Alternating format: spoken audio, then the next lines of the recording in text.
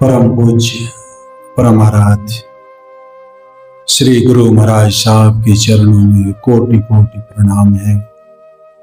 स्नेहमयी दयामयी करुणामयी माँ मातेश्वरी गुरु माँ के चरणों में मेरा प्रणाम है। आज के सभा में उपस्थित सभी गुरु पुत्र आत्म जिज्ञासु भक्तजन को यथा योग्य नमन वंदन अभिनंदन। और आज की सभा में विशेष रूप से स्नेह वृद्धा आश्रम के निवास करने वाले जो भी हमारे गार्जियन स्वरूप वृद्धजन हैं,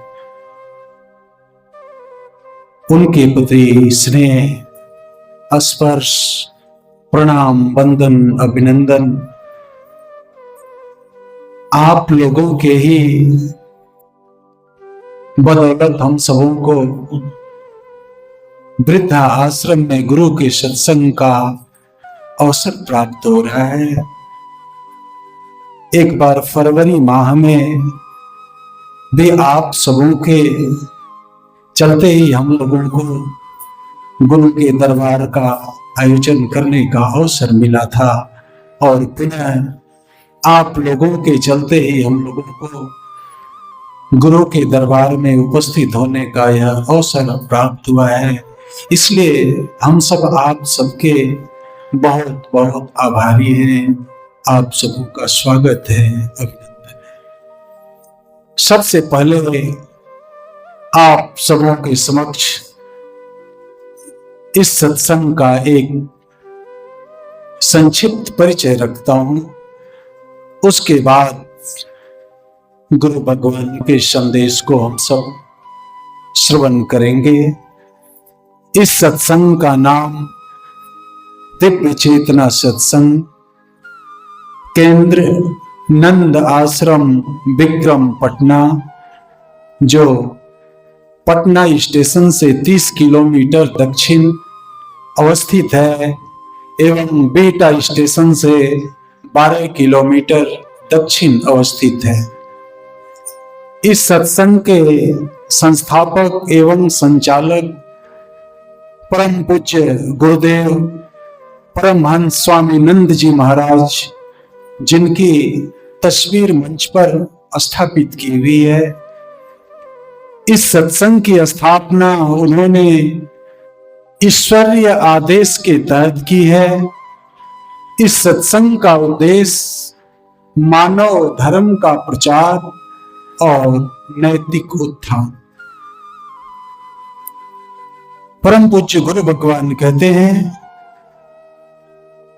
एक मानव के जीवन में गुरु का कितना महत्व है। गुरु के अभाव में एक मानव का जीवन इस तरह व्यथाओं से भरा होता है, पीड़ाओं से भरा होता है और संपूर्ण रिश्ता, धन वैभव, सारी संपदा, सारी विद्वता और सारे बल को होते हुए भी वो अपने जीवन में दैहिक दैविक भौतिक इन तापों की व्यथा से वो बिलखता फिरता है।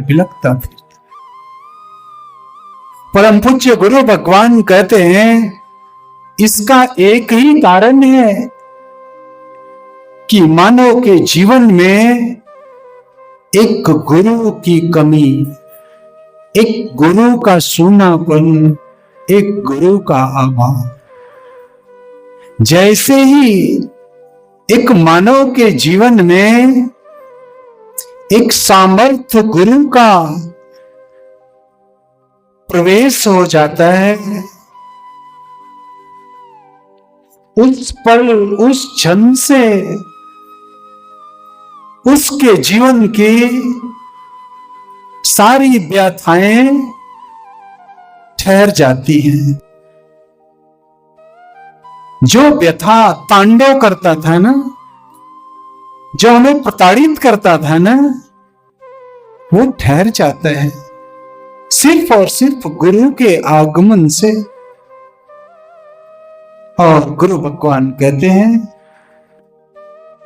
कि एक मानव को जब गुरु का सानिध्य प्राप्त होता है, गुरु जो प्रविधि प्रदान करता है अपने आत्मिक पुत्र को, जब उस प्रविधि को अपने हृदय में स्थापित कर लेता है और हर पल हर क्षण सांसारिक कार्यों को करते हुए, चलते फिरते उठते बैठते, जब हृदय में स्थापित की हुई उस गुरु सत्ता पर उसकी निगाहें पड़ती रहती है, तो वो ताप ठहरता ही नहीं है। अब वहां से वो खिसकना शुरू कर देता है, वहां से वो भाग जाना चाहता है,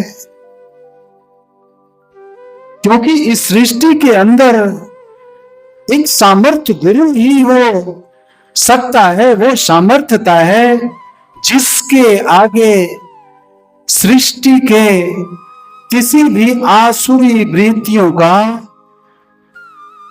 मनमानी नहीं चल सकता।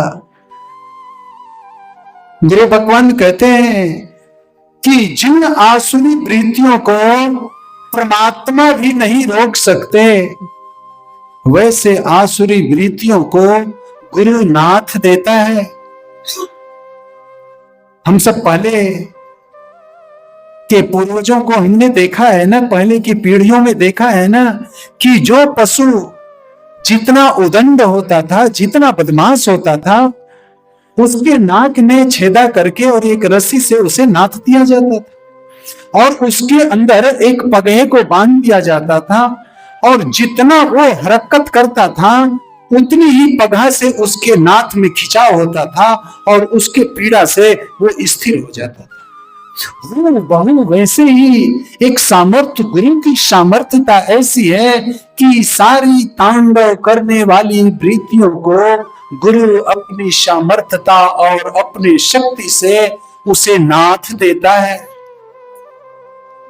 या तो गुरु के शरणागत होकर वो स्थिर हो जाता है, या वहां से पीछा छोड़कर वो भाग जाता है। पर जो गुरु के सानिध्य में है उसे वो पीड़ित नहीं कर सकता, अपने तापों से उसे तपित नहीं कर सकता। यही तो गुरु की सामर्थ्यता है। और गुरु भगवान कहते हैं कि मानव जीवन में सारी पीड़ाओं का अगर समाधान है तो किसी धन वैभव रुपए पैसे ताकत रिश्ते नाते किसी से नहीं, अगर है तो गुरु से रिश्ता जोड़ लेने से, गुरु से संबंध जोड़ लेने से और गुरु के चरणों में स्वयं को समर्पित कर देने से, गुरु का हो जाने से। जब हम गुरु के चरणों में समर्पित करके गुरु के हो जाते हैं ना, तो गुरु और शिष्य दोनों एक हो जाता है, भक्त और भगवान दोनों एक हो जाता है, द्वैत भाव मिट जाता है ना। और गुरु भगवान कहते हैं कि इस संसार में अगर सुख का कोई भी सूत्र है तो वो है अपने कर्तव्य को जानना, और हमारे कर्तव्य में जिसका अधिकार छुपा हुआ है उसके अधिकार से परिचित हो करके उसके अधिकार को उसे सुपुर्द कर, बस दो ही चीज। अगर हम अपने कर्तव्य को जानते हैं, चाहे स्वयं के प्रति हो, अपने माता पिता के प्रति हो, अपने पत्नी के प्रति हो, अपने भाई बहन के प्रति हो, अपने संतान के प्रति हो, या अपने अन्य रिश्तों के प्रति हो, अगर हम उन रिश्तों के कर्तव्य को जानते हैं और ईमानदारी से उन रिश्तों का निर्वाह करते हैं, उन रिश्तों का जो अधिकार है हम अपना कर्तव्य समझ करके जब उसे देते हैं, तो वो रिश्ता और घनिष्ठ होती चली जाती है, वो रिश्ता और प्रगाढ़ होता चला जाता है और उसमें से प्रेम के रस निकलते हैं और वही प्रेम के रस उसके जीवन में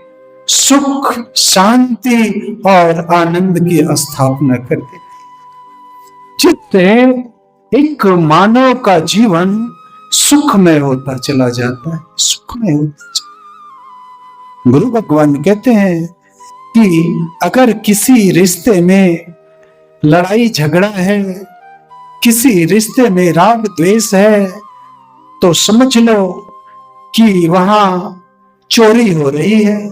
किन चीजों की?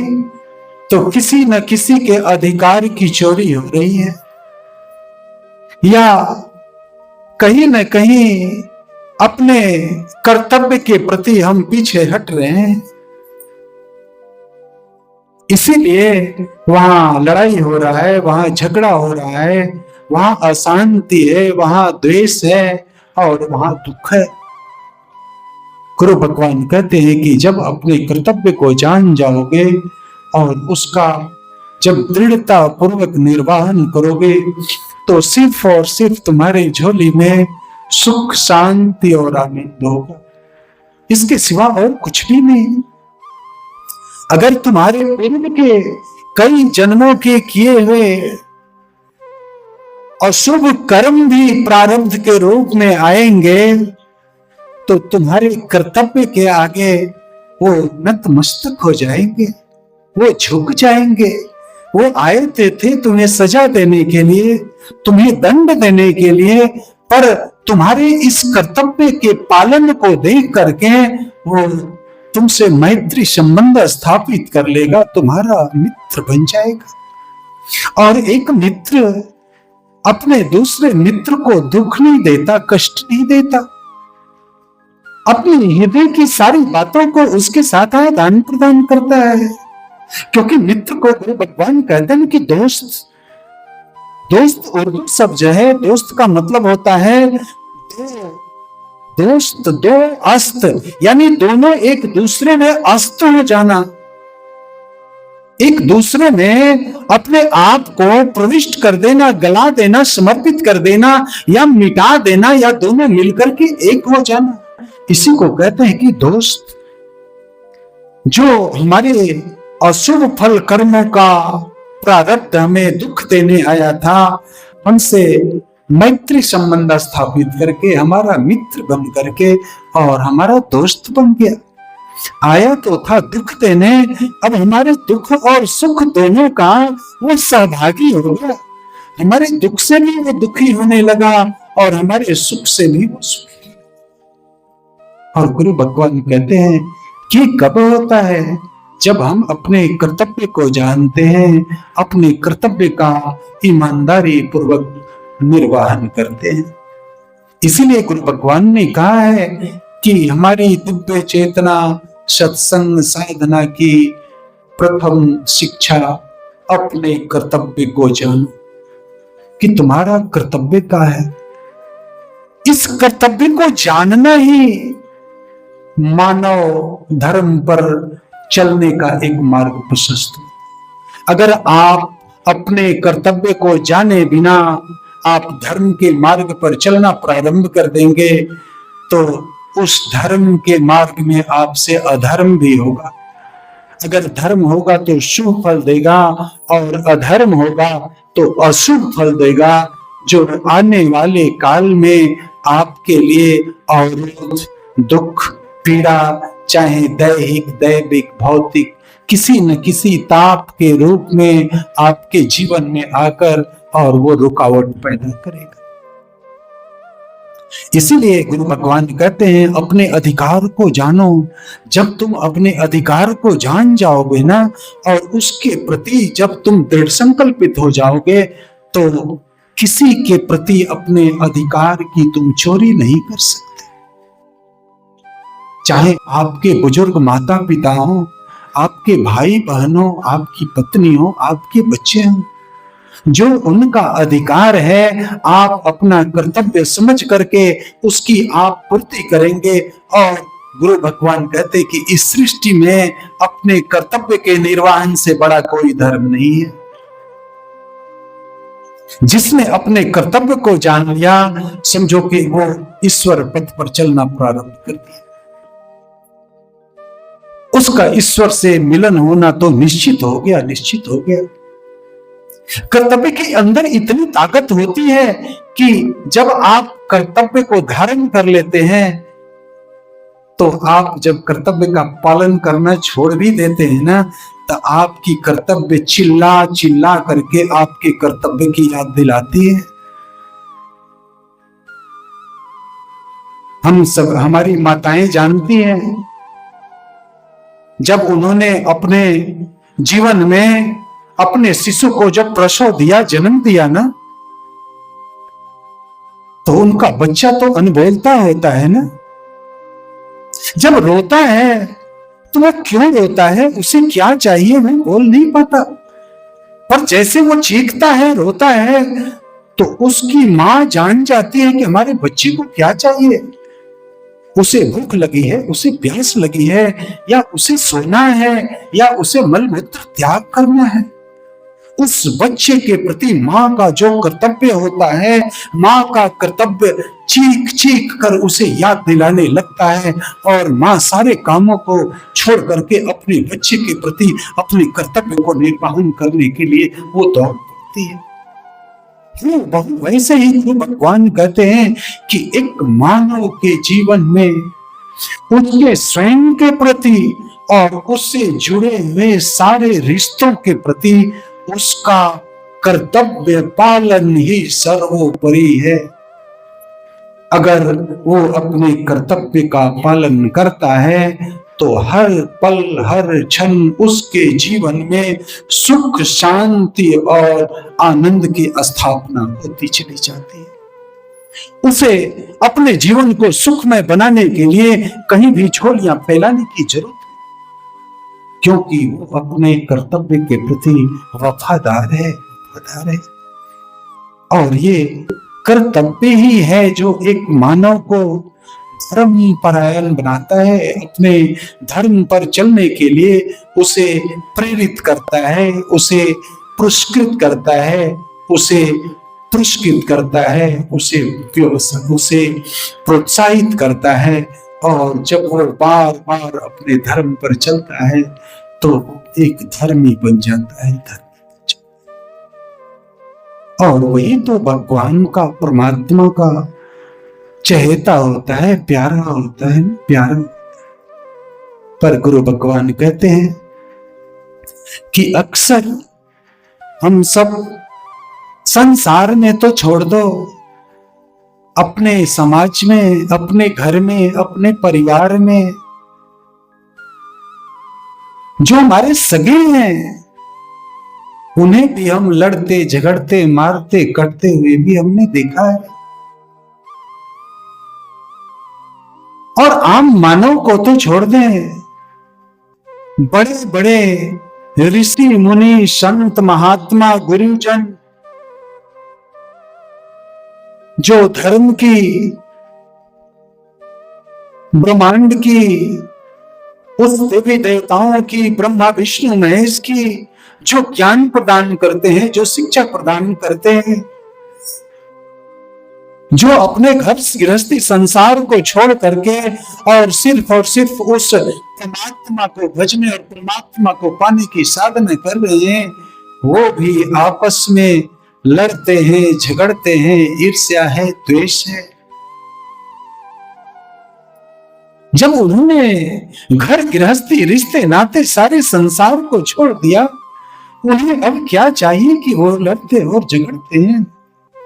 तो गुरु भगवान कहते हैं कि उन्हें स्वयं के अपने कर्तव्य का बोध नहीं है। और जब तक कर्तव्य का बोध नहीं होगा, कोई भी मानव अपने मानव जीवन की यात्रा सुगमता पूर्वक पूरा नहीं कर सकता। इसीलिए गुरु भगवान कहते हैं कि एक मानव के जीवन में एक सामर्थ्य गुरु का आगमन बहुत महत्वपूर्ण है। बहुत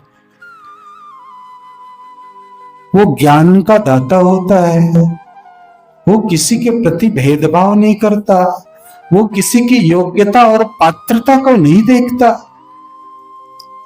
जो उसके शरण में चला आया अपना पट खोल देता है, जितना चाहिए ले लो ना। तुम शुभ फल कर्म करने वाले हो या अशुभ फल करने वाले हो, तुम भगवान की पूजा करने वाले हो या तुम चोरी करने वाले हो, गुरु इन चीजों को नहीं देखता। गुरु तो बस इतना ही जानता है कि जो हमारे सानिध्य में चला आया, इन सृष्टि के सारे जीवों का हमें भला करना है, उसका कल्याण करना है, उसका कल्याण। और गुरु भगवान ने कहा है कि बेटी और ब्रह्म विद्या ये कभी बेचा नहीं जाता। कभी भी बेटी को कोई माँ बाप नहीं बेचता, और कोई भी अगर सामर्थ्य गुरु है तो वो ब्रह्म विद्या को बेचता नहीं है। बेटी का भी कन्यादान किया जाता है और ब्रह्म विद्या का भी इस सृष्टि के अंदर दान किया जाता है। इसीलिए परम पूज्य हमारे गुरु भगवान कहते हैं कि कहीं भी सत्संग की सभा होती है, जिसे तुम्हें गुरु का संदेश देना है, किसी से 1 रुपए लेना नहीं है। अपने रुपए पैसे खर्च करो, उन्हें बुलाओ, उन्हें बैठाओ, गुरु का संदेश दो, उन्हें प्रसाद खिलाओ, उन्हें महाप्रसाद खिलाओ, उनकी सेवा करो। इससे बड़ा दान इस सृष्टि में और कोई दान नहीं है। पर आजकल देखा जाता है कि परमात्मा के संदेश देने वाले, कथा कहने वाले या कोई मंत्र देने वाले, कोई चमत्कार दिखलाने वाले, वो पैसे लेते हैं ना। 10,000, 15,000, 20,000, 25,000 रुपए लेकर के आते हैं भागवत कथा कहने के लिए। अरे जब आप खुद व्यवसाय कर रहे हो, आप खुद बिक चुके हो, आप खुद भिखारी हो, तो आप किसी को क्या दे सकते? देता तो वही है ना जो दाता है। जो दाता है वही दे सकता है। भिखारी कभी भी दान नहीं करता, भिखारी तो भिक्षा ही मांगता है। दान वही करता है जो दाता होता है। आइए एक प्रसंग के माध्यम से हम सब समझें, जो गुरु भगवान अपने प्रवचनों के माध्यम से कहा करते थे। एक वृद्ध व्यक्ति एक खुले आसमान में बैठ करके और 25-30 बच्चों को वो शिक्षा प्रदान करता था। जेठ बैसाख की धूप है, उस कड़क धूप में भी बैठ करके बच्चों को शिक्षा दे रहा है। बरसात का समय है, उस समय भी उस बारिश की बूंदों में किसी पेड़ की ओट में, किसी घर के छप्पर के छांव में जा करके और वहां बच्चों को बैठा करके वो बच्चों को शिक्षा प्रदान करता। ठंडी के दिनों में उस शीतलहरों के बीच भी बच्चों को उस खुले आसमान में वो बच्चों को शिक्षा प्रदान करता था। और उसी रास्ते से उस राज्य का राजा अपने मंत्री और अपने सेना के साथ वहां से गुजर रहा था।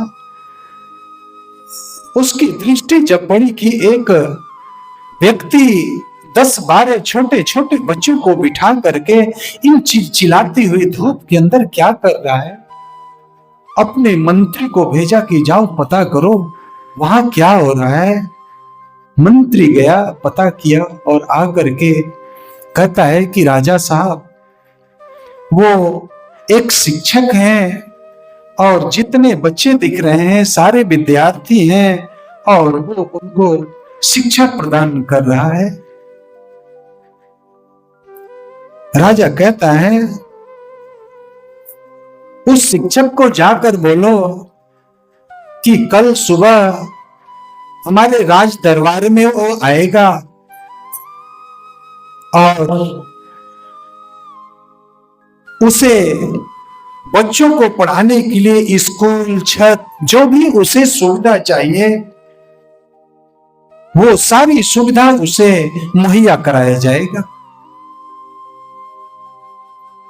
मंत्री जाकर राजा को कहता है, मंत्री जाकर उस शिक्षक को कहता है कि कल सुबह आपको राज दरबार में राजा साहब ने बुलाया है, आपको कुछ देना चाहते हैं। वो शिक्षक बोले कि ठीक है। दूसरे दिन सुबह राज दरबार में वो पहुंच गए और जब राज दरबार में प्रवेश करके अंदर जाते हैं तो देखते हैं कि वो राजा अपने भगवान की पूजा में लगा हुआ है और वो शिक्षक खड़ा होकर उन राजा की उस पूजा को देख रहा है। जैसे पूजा समाप्त हुआ तो राजा हाथ फैलाकर कहता है कि हे भगवान, हे परमात्मन, मुझे वो शक्ति दो, मुझे वो साधन दो, मुझे वो संपन्नता दो कि मैं अपने राज्य के सारे प्रजा को सुखी रख सकूं। जब ऐसा करते हुए उस शिक्षक ने देखा तो वहां से पीछे मुड़ करके और वापस जाने लगा। जैसे 10-12 कदम पीछे मुड़कर वो गया था तब तक राजा की प्रार्थना खत्म हो गई और वो पीछे मुड़कर देखता है कि कोई व्यक्ति जा रहा है। वो उसे पहचानने का कोशिश करता है तो उसे पहचान में आ जाता है कि ये वही शिक्षक है जो खुले आसमान में कल बच्चों को शिक्षा दे रहा था। उसे तो मैं कुछ देने के लिए बुलाया था और वो लेने के लिए आया था और वो बिना लिए वापस क्यों जा रहा है। राजा एक आवाज लगाया कि ठहरो। वो शिक्षक ठहर गया और राजा उसके समीप जाकर कहता है कि तुम तो कुछ लेने के लिए आए थे, तुम बिना लिए वापस कैसे जा रहे हो। वो शिक्षक बोलता है, एक भिखारी दूसरे भिखारी को क्या दे सकता है। आप तो खुद भिखारी हैं, आप हमें क्या दे सकते हैं। राजा सन्न रह गया कि एक खुले आसमान में पढ़ाने वाले इस शिक्षक की इतनी हिम्मत कि एक राजा को भिखारी कह रहा है। पर गुरु भगवान कहते हैं ना कि जो सत्य होता है ना, जो सत्य पर चलने वाला होता है ना, वो निर्भीक होता है। वो अपने सत्य को बेबाक रखता है। उसे किसी छोटे बड़े अमीर गरीब की उसे परवाह नहीं होती क्योंकि वो तो सत्य को धारण किए हुए ना, वो तो निर्भीक है ना।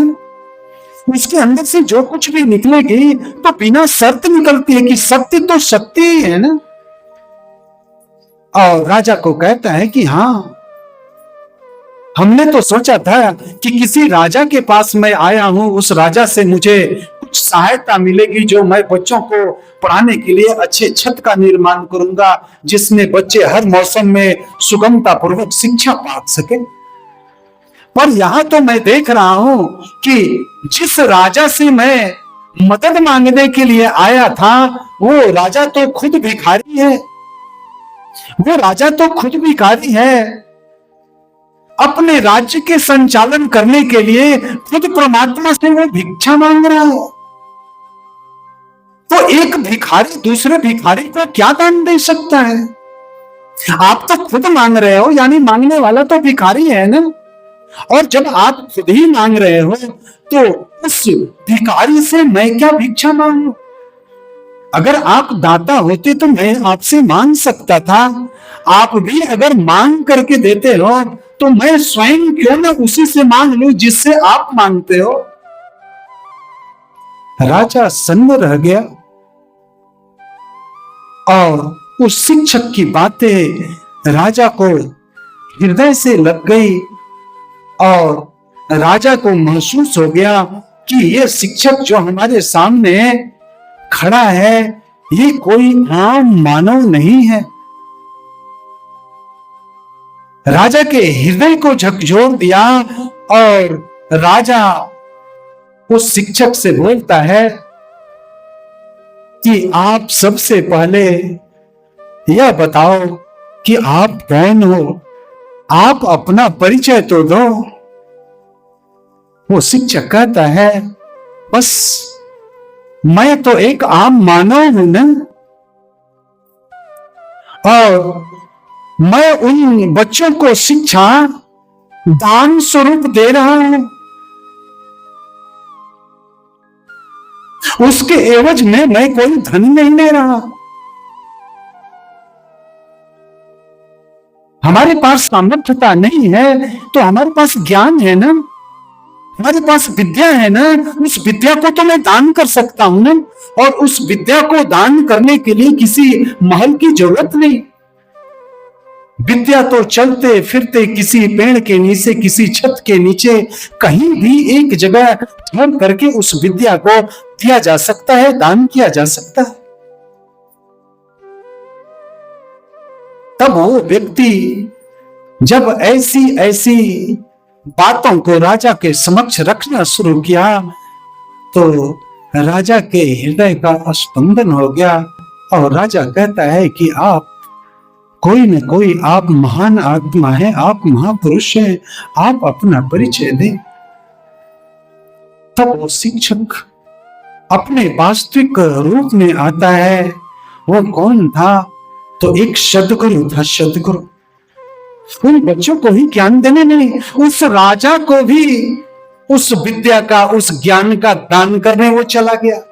क्योंकि वो दाता होता है ना, दाता एक सद्गुरु ज्ञान का दाता होता है।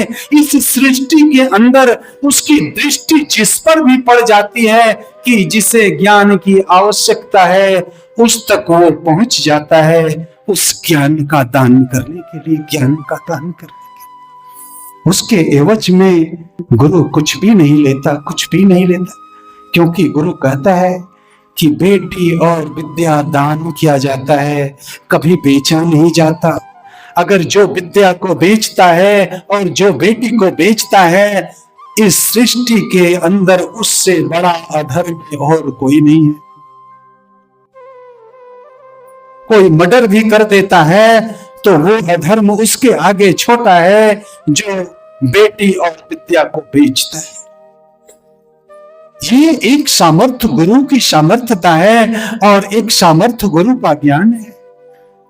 और ऐसे ही सामर्थ्य गुरु इस सृष्टि में किसी भी आम मानव को अपना माध्यम बना करके उसके अंदर अपने गुरु तत्व को समाहित करके और उसके माध्यम से इस सृष्टि में जन जन तक अपने ज्ञान को, ईश्वर की संदेश को उस तक पहुंचाता है, उसे आत्मसात कराता है, उसकी अनुभूति कराता है, उसकी सहायता करता है, उस पर दया करता है, उस पर कृपा करता है। ये एक सामर्थ्य गुरु की सामर्थ्यता है। पर गुरु भगवान कहते हैं हम अपने कर्तव्य के बोध न होने के कारण स्वयं के अधिकार का चोरी करते हैं अपने माता पिता पत्नी बेटा बेटी भाई बहन हर रिश्तों के प्रति जो हमारा कर्तव्य है और जो उनका अधिकार है ना, उनके अधिकार को नहीं दे पाते। आज हमारे जो वृद्ध जन, माता बहने पिता तुल्य वृद्ध जन जो इस वृद्धा आश्रम में बैठे हैं ना, इनके अधिकार का भी चोरी किसी ने किया है, इनके रिश्तेदारों ने, जो आज यहां इस आश्रम में इन्हें आकर आश्रय लेना पड़ा।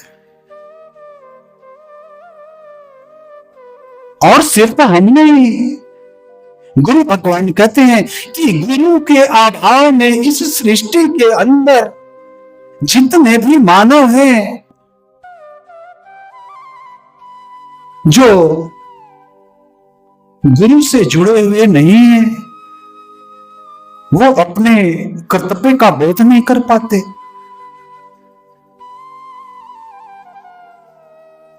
और स्वयं के प्रति भी अपने कर्तव्य का पालन नहीं कर पाते। उन रिश्तों की तो बात, और यही कारण है कि इन रिश्तों में लड़ाई झगड़े मार काट, संत महात्मा ऋषि मुनि गुरुजन, यहां भी जहां भी कर्तव्य के अंदर कोई भी कमी होती है वहां पे लड़ाई झगड़ा शुरू हो जाती है। इसलिए गुरु भगवान कहते हैं एक मानव का सर्वप्रथम उसका आवश्यकता है कि अपने कर्तव्य का बोध करो, अपने कर्तव्य को जानो। और कैसे जानोगे? तो एक गुरु का सानिध्य पाकर। गुरु भगवान कहते हैं कि हम जिन चीजों के पीछे अपने जीवन के हर पल हर क्षण के समय को हम लुटाते जा रहे हैं ना, वो व्यर्थ में जा रहा है, वो निरर्थक जा रहा है। उस समय का न तो कोई अर्थ है और न कोई धन है। अर्थ का दोनों मतलब होता है, अर्थ का मतलब मीनिंग और अर्थ का मतलब कि धन, ये दोनों में कोई चीज प्राप्त नहीं होता है। और गुरु भगवान कहते हैं कि जब आपके जीवन में एक ज्ञान के दाता सामर्थ्य गुरु का जब आगमन हो जाएगा ना, तो आपके गुण अवगुण को वो नहीं देखेगा।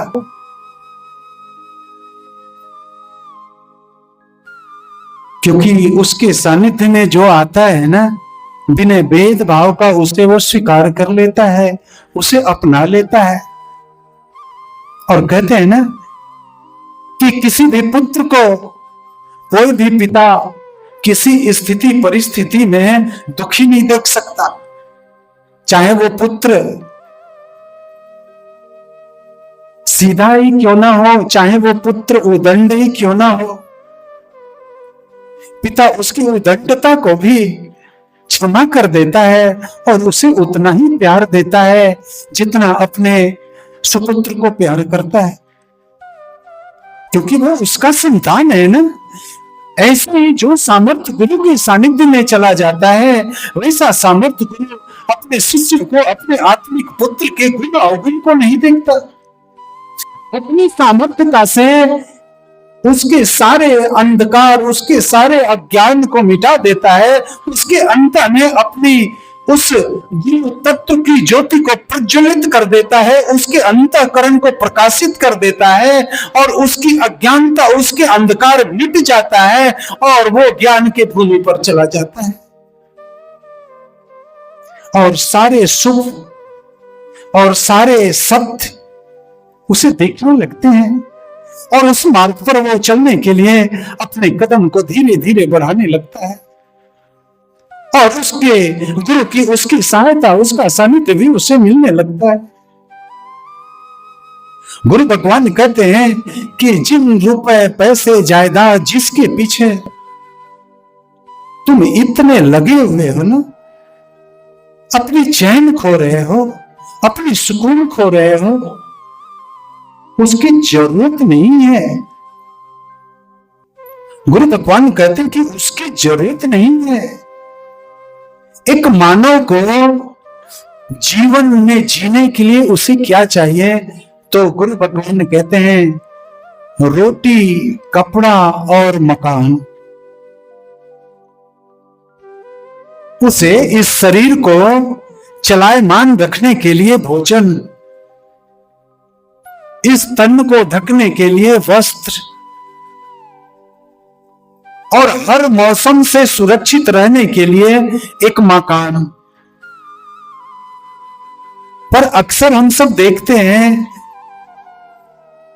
कि जिनके पास एक मकान है वो दूसरे मकान की फिराक में है, दूसरे मकान है तो सारे महानगरों में फ्लैट और मकान खरीद रहा है, इतना खरीद लिया है कि अब वहां तक पहुंचने और देखने की उसकी सामर्थ्यता नहीं होती। जिसको इकट्ठा करने में अपने सारे जीवन को लगा दिया, अपने सारे चैन को हराम कर दिया, वो भी उसे सुख नहीं दे पाता, क्योंकि उसे भी आश्रय वही दे सकता है जो एक छोटा सा कमरा। 10 मकान में वो एक साथ नहीं रह सकता, 10 वस्तुओं को वो एक साथ धारण नहीं कर सकता, और 10 थाली के भोजन को वो एक साथ ग्रहण नहीं कर सकता। उसे तो बस उतनी ही जरूरत है। और ऐसा हम क्यों करते हैं? तो अज्ञानतावश। गुरु भगवान एक प्रसंग रखते हैं, आइए एक छोटा सा प्रसंग से समझते हैं कि हम अपने जीवन को कैसे स्वयं नाश कर देते हैं, उसका विनाश कर देते हैं। एक व्यक्ति जो फुटपाथ के ऊपर एक प्लास्टिक लगा करके और उसमें अपने पत्नी और बच्चों के साथ 10-20 वर्षों से वो निवास करते हुए आ रहा था, वो भी कहीं से जाकर कुछ भिक्षा मांग लेता, उसकी पत्नी भी कहीं से भिक्षा मांग कर ले आती, उसके बच्चे भी कहीं से भिक्षा मांग कर ले आते, और उसी से वो खा करके और बड़ी सुकून से उस प्लास्टिक के झोपड़ी में ही प्रेम से वो दंपति अपने परिवार के साथ निवास करता था। एक रोज उस व्यक्ति को पता चला कि एक बड़ा धनी राजा है, उसके पास जो कुछ मांगने जाता है उसे वो प्रदान कर देता है। वो व्यक्ति भी सोचा कि कितने वर्षों से हम इस प्लास्टिक में अपना जीवन व्यतीत कर रहे हैं, चलते हैं उस राजा के पास, थोड़ी सी जमीन और थोड़ा सा धन मांग लेंगे, जिससे 1-2 कमरा बना लेंगे और बड़ी सुकून से उसके अंदर रहेंगे। इस प्लास्टिक से तो उसमें ज्यादा ही आनंद आएगा ना। बस उसकी यही जरूरत थी, और उस जरूरत को पाने के लिए ही वो राजा के पास पहुंचा। और जब राजा के पास पहुंचा तो राजा से याचना किया कि मुझे थोड़ा सा जमीन चाहिए एक मकान बनाने के लिए, हम फुटपाथ पे रहते हैं। वो राजा कहता है कि ऐसा करो कि अभी तुम जाओ और कल सुबह नहा धोआ करके और चले आना, और तुम्हें जो कुछ चाहिए मैं तुम्हें सब दे दूंगा। वो व्यक्ति गया और रात भर उसे नींद नहीं आया कि कब सुबह हो और हम राजा के पास जाएं और हम अपनी मुराद मांग ले और हमें वो जमीन और मकान मिल जाए जिससे हमें सुख शांति। सुबह जब वो पहुंचता है तो राजा बोलता है कि देखो, यहां से तुम्हारी दृष्टि जहां तक जा रही है ना, वो सारी जमीन हमारी है, और तुम जाओ, तुम्हें जितना जमीन चाहिए तुम अपने पैरों से चल करके और जितने जमीन को तुम घेरा बना करके लांग करके चले आओगे उतना जमीन तुम्हारा हो जाएगा। अब व्यक्ति सोचता है कि सारा जीवन तो हमारा झोपड़ी में गुजर गया है, आज तो मौका मिला है, आज राजा ही बन जाते हैं। गया तो था बस थोड़ा सा 10-20 गज जमीन और एक मकान के लिए। अब जब मुफ्त में मिलना शुरू हुआ तो व्यक्ति अब दौड़ना शुरू किया कि चलते हैं, थोड़ा जोर लगा देते हैं, जितना दौड़ लेंगे उतना हमारा हो जाएगा, हमारे अब बाल बच्चा, हमारा पोता पोती, हमारा परपोता, यानी हमारी कई की पीढ़ियां जो है सुख भोगेंगी। अपने कई पीढ़ियों को सुख देने के लिए अपने सुख चैन को वो खो देता है और वो अपनी पूरी ताकत के साथ जोर लगाता है कि थोड़ा और दूरी तक चले जाएं, थोड़ा और दूरी तक चले जाएं। सुबह का तो बड़ा ताजगी था, ताकत था, बड़ा दौड़ लगाया, पर राजा बोला था कि सूर्यास्त होने से पहले तुम्हें लौट आना है। अगर सूर्यास्त हो जाएगा तो फिर तुम्हें कुछ नहीं मिलेगा। तुम्हें सूर्यास्त होने से पहले तुम जितने जमीन को अपने पैरों से धांग करके आओगे वो तुम्हारा हो जाए। अब वो इतने जायदाद को पाने के चक्कर में दौड़ते दौड़ते काफी दूर चला गया। उसे ख्याल ही नहीं था कि हमें लौटना भी है। और जब उसे याद आया कि अभी तो दोपहर हो गया और हमें तो संध्या होने से पहले ही वापस लौटना है ना, अब चलते हैं, नहीं तो वापस नहीं लौट पाएंगे। और अब वो पीछे मुड़ करके जब वापस आना शुरू करता है तो सुबह जो उसके शरीर में ताकत थी, उसके पैरों में ताकत थी, वो तो थक चुका था ना। अब वापस आने में वो कुछ देर दौड़ता है तो फिर थक जाता है, फिर पैदल चलने लगता है, फिर थोड़ा जोर लगाता है, दौड़ता है, फिर थक जाता है, फिर खड़ा हो जाता है। अब वो चाहता भी है कि हम जोर लगा करके दौड़ लें, तो उसके शरीर के अंदर इतनी ताकत नहीं कि वो दौड़ सके। अब जब वो दौड़ने का प्रयास करता है तो दौड़ते दौड़ते वो गिर जाता है। गिर जाता है तो कहीं घुटने में चोट लगता है, कहीं हाथों में चोट लगता है, कहीं कमर में चोट लगता है। फिर इस संपत्ति की भूख वो उठता है और फिर दौड़ना शुरू करता है, फिर गिर जाता है। और वो राजा खड़ा हो करके इस दृश्य को देख रहा है और उनके साथ कुछ बुद्धिजीवी थे, उनके मंत्री थे, वो भी देख रहे हैं। और राजा कहता है कि देखो उस व्यक्ति को सारे जीवन उस झोपड़ी में निकाल दिया। उसे जरूरत था कि हमें 50-100 गज जमीन मिल जाए और 1-2 छत हो जाए, इसी के लिए वो आया था। पर जब उसे मुफ्त में मिलने लगा ना, तो अपनी कई पीढ़ियों के सुख के चक्कर में अपने जीवन में दुख का बुलावा बुला लिया, वो दुख का मांग कर लिया। और देख लो ये इतना दूर चला गया है कि सूर्यास्त होते होते वो वापस नहीं आ सकता। और वो व्यक्ति वही घायल की अवस्था में उठता और 10 कदम दौड़ता फिर गिर जाता, 10 कदम उठता फिर गिर जाता। और उसकी निगाहें उस सूर्य भगवान पर भी पड़ रही है कि अब तो थोड़ी देर में वो अस्त होने वाले हैं, अगर नहीं पहुंचे तो हमें कुछ भी नहीं मिलेगा।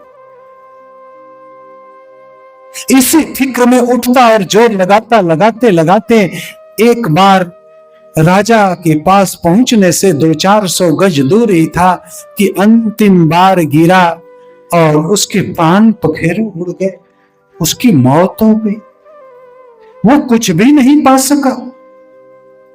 इसीलिए गुरु भगवान कहते हैं कि हे मानव, तुम्हारे जीवन में परमात्मा ने तुम्हारे ये कर्मों के भोग के अनुरूप जो कुछ भी प्रदान किया है उसे स्वीकार भाव से स्वीकार करो और उसमें से सुख को निकालने का प्रयास करो और उस सुख का सदुपयोग करके अपने जीवन में शांति और आनंद की स्थापना करो और अपने जीवन को शांति और सुख से जियो। यही इस मानव जीवन का मूल मंत्र है। पर गुरु भगवान कहते हैं कि तुम्हारी जो आवश्यकता है, जब नहीं था तो उसके लिए तड़पते हो, और जब मिल जाता है तो उसे लेकर के तुम्हें शांत हो जाना चाहिए, तुम्हें स्थिर हो जाना चाहिए। जिसने दिया है उसका शुक्रिया अदा करना चाहिए, उसकी तरफ अपनी निगाहें लगा कर रखनी चाहिए कि प्रभु आपने जो कुछ भी दिया है इसी में मुझे संतोष दे दो ना प्रभु, इसी से वो सुख दो प्रभु, जिससे हमारा जीवन सुख में हो सके, शांति में हो सके। पर गुरु भगवान कहते हैं कि उस देने वाले दाता को भी हम भूल जाते हैं। लगता है कि इसे तो हम ही कमाए हैं ना, अब इसे ही जोगना है, बड़ी मुश्किल से आया है, कहीं चला जाएगा तो फिर नहीं आएगा। और जो देने वाला दाता है उसको भूल जाते हैं, और उसी को जब जोगने में लग जाते हैं तो वो चीजें कष्ट देने लगती है, क्योंकि उसका हम सदुपयोग नहीं कर पा रहे हैं। मेरे भगवान कहते हैं कि किसी भी चीज को जब आप एक्टिवेट करेंगे ना तो वो बढ़ता चला जाता है। आपको कोई 10 किलो अनाज दे दिया है, आप उस अनाज को किसी बोरी में, किसी ड्राम में, किसी संदूक के अंदर उसे आप बंद करके रख देना, तो आप उसे जोगने में लग जाएंगे, उसके अंदर धीरे धीरे घुलने लग जाएगा, वो कीड़ा लग जाएगा, उसके दाना को खोखला कर देगा। और जब आपको अपने जीवन में भूख मिटाने के लिए रोटी की जरूरत पड़ेगी और उस गेहूं को जब आप निकालने जाएंगे ना, तो उसमें से 1-8 किलो भी आटा आपको नहीं मिल पाएगा, क्योंकि वो खाली भूसा है, भूसा, क्योंकि आपने उसका सदुपयोग नहीं किया। और गुरु भगवान कहते हैं जब आप उसको एक्टिवेट करेंगे ना, उस 10 किलो गेहूं को किसी खाली भूमि के ऊपर उसकी आप खेती करेंगे ना, तो वो 100 किलो गेहूं होगा, फिर खेती करेंगे वो 1000 किलो गेहूं होगा, इतने टन गेहूं, यानी वो बढ़ता चला जाएगा, बढ़ता चला जाएगा। फिर वही वैसे ही भगवान कहते हैं कि परमात्मा ने आपको जो कुछ भी दिया है, चाहे आपका स्वस्थ शरीर, चाहे आपका रिश्ता, चाहे आपका धन वैभव सुख संपदा, चाहे आपका नौकरी व्यवसाय, जो कुछ भी परमात्मा ने दिया है उससे अपने जीवन में सुख निकालो, उसका अपने जीवन में सदुपयोग करो, और इसका कुछ अंश असहाय की सहायता में, सहयोग में उसका दान करो। जब एक मुट्ठी दान करोगे ना, तो उसके एवज में 100 मुट्ठी तुम्हें मिलेगी, चाहे वो देने वाला माध्यम कोई और हो। गुरु भगवान कहते हैं कि वो 100 गुना वापस मिलता है। अगर सत कर्म के लिए दान करते हो, शुभ कर्मों में धर्म करते हो, किसी असहाय की सहायता करते हो, तो 100 गुना लौट करके आती है, 100 गुना। इसीलिए गुरु भगवान कहती है कि बहुत ज्यादा इकट्ठा करने और उसे जोगने के पीछे मत लग जाओ। जोगो उसी को जिस स्वस्थ तन को प्रभु ने तुम्हें प्रदान किया है, जिसे कहते हैं कि बड़े भाग्य मानुष तन पावा, बड़े भाग्य से मानव तन मिला है। तो इस तन को जोगो, इसे ही धन समझो, इसका सदुपयोग करो, और जो आपका स्वयं के प्रति, अपने रिश्तों के प्रति जो कर्तव्य है उसका पालन करो। तुम्हारा जीवन स्वतः सुख में होता चला जाएगा, सुख में होता चला जाएगा। और ये तब संभव है जब एक मानव के जीवन में एक सामर्थ्य गुरु का आगमन, सामर्थ्य गुरु के आगमन से ही मानव जीवन उसी पल, उसी क्षण से पूर्णता की ओर आगे बढ़ने लगता है, उसकी यात्रा पूर्णता की ओर होने लगती है, और इसी जीवन काल में वो पूर्णता को प्राप्त करता है, वो पूर्ण मानव बन जाता है, पूर्ण मानव बन जाता है। और इस पूर्णता को प्राप्त करना ही मानव जोनी में आने का उद्देश्य है। और इसी पूर्णता को प्राप्त करने के लिए हमारे परम पूज्य गुरु भगवान ने हम सबों को वो साधन की क्रिया, वो साधन की विधि हमें उन्होंने प्रदान की है, जिस साधन के माध्यम से एक मानव महामानव बनता है, महामानव बनता है। उसके अंदर मानवता का सृजन हो जाता है, उसके अंदर इंसानियत पैदा हो जाती है, उसके अंदर एक ऐसी कुशलता आ जाती है कि जिस कुशलता को इस सृष्टि के अंदर सभी चाहते हैं, सभी चाहते हैं। उस कुशलता को हम शादी विवाह भी करने जाते हैं अपने बेटी के लिए या अपने बेटे के लिए, तो एक कुशल वर या एक कुशल कन्या को खोजते हैं। उसकी जाति, उसके गोत्र, उसके खानदान, सब चीजों को हम खोजते हैं कि कहीं कोई दोष तो नहीं है, कहीं कोई कमियां नहीं है, वो कुशल तो है ना, जिससे हमारे भी घर का वंशज कुशलता पूर्वक आगे बढ़े। और ये कुशलता, ये इंसानियत पैदा होती है एक गुरु की बताई हुई जब इस साधना को हम करते हैं। ये साधना हमें बाह्य जगत से हट करके हमें अपने अंतर में प्रविष्ट करती है और हमारे अंतर जगत की यात्रा कराती है, जिस हमारे अंतर के अंदर इस ब्रह्मांड की सारी शक्तियां सूक्ष्म रूप से स्थापित हैं। जो इस शरीर के अंदर 7 चक्र है ना, सबसे निचला चक्र मूलाधार, उससे ऊपर मणि चक्र, फिर नाभि चक्र, हृदय चक्र, कंठ चक्र, आज्ञा चक्र और सहस्त्रसा। इन 7 चक्रों पर 33 कोटि देवी देवता, जो हिंदू धर्म के अंदर चर्चा की जाती है ना कि 33 कोटि देवी देवता, वो सारे के सारे 33 कोटि देवी देवता इन 7 चक्रों पर विराजमान हो करके और इन पंचभूत शरीर को, जिनके अंदर 72,000 नस नाड़ियां है जिससे ये शरीर संचालित है, उन 72,000 नस नाड़ियों को इन 7 चक्रों पर बैठे हुए देवी देवता उसे नियंत्रित करते हैं, उसे संचालित करते हैं और इसी से ये पंचभूत शरीर चलायमान है। और गुरु भगवान कहते हैं कि जब गुरु की बताई प्रविधि से अपने अंदर में जब प्रवेश करोगे तो तुम्हारे चक्रों पर बैठे हुए सारे देवी देवता तुम्हारे जन्म के समय से ही प्रतीक्षा में बैठे हैं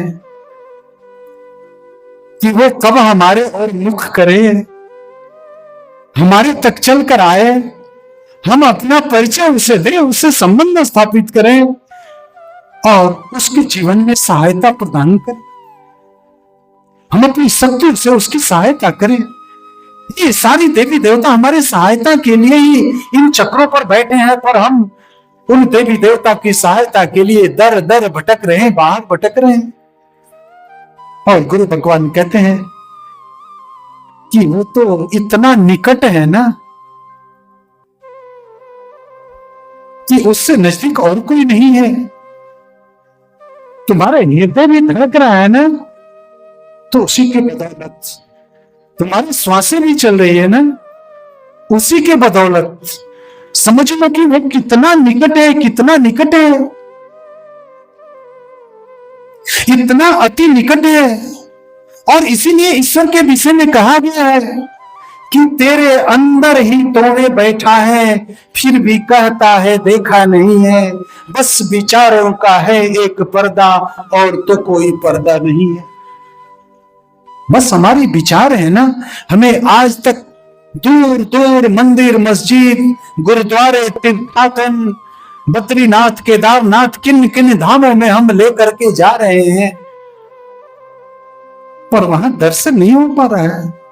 हाँ, थोड़ा वहां सुकून मिल रहा है इसलिए ना कि आपके साथ साथ वो भी पहुंच रहा है ना। इस शरीर से गए हैं तो इन चक्रों पर वो भी आपके साथ गया है, वही आपको वहां भी शांति और आनंद दे रहा है। पर गुरु भगवान कहते कि जिस दिन तुम्हारे जीवन में एक सामर्थ्य गुरु का समावेश होगा और तुम्हारे अंदर में विराजमान उस भगवान का तुम्हें दीदार करा देगा, उससे परिचय करा देगा, उससे मिला देगा ना, उस दिन तुम उसी के होकर रह जाओगे। उस दिन से फिर तुम्हारा कहीं भी आना जाना बंद हो जाएगा। सोते जगते उठते बैठते तुम अपने प्रभु का, उस परमात्मा का, उस भगवान का दर्शन करते रहोगे, उसका दीदार करते रहोगे, उसे महसूस करते रहोगे और यही तुम्हारे जीवन में सुख शांति और आनंद की स्थापना करती चली जाएगी और इसी से एक मानव जीवन में सुख की स्थापना होती है।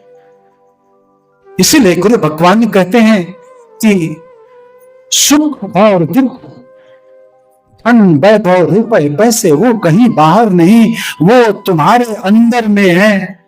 अगर तुम्हें सुखी बनना है तो एक बार अपने अंदर जाकर देखो ना कि कितने खजाने पड़े हैं। जब उस खजानों से संबंध जोड़ोगे तो तुम क्षण मात्र में सुखी हो जाओगे, सुखी हो जाओगे। तुम्हारी सारी बेचैनी दूर हो जाएगी, तुम शांत हो जाओगे, शांत हो जाओगे।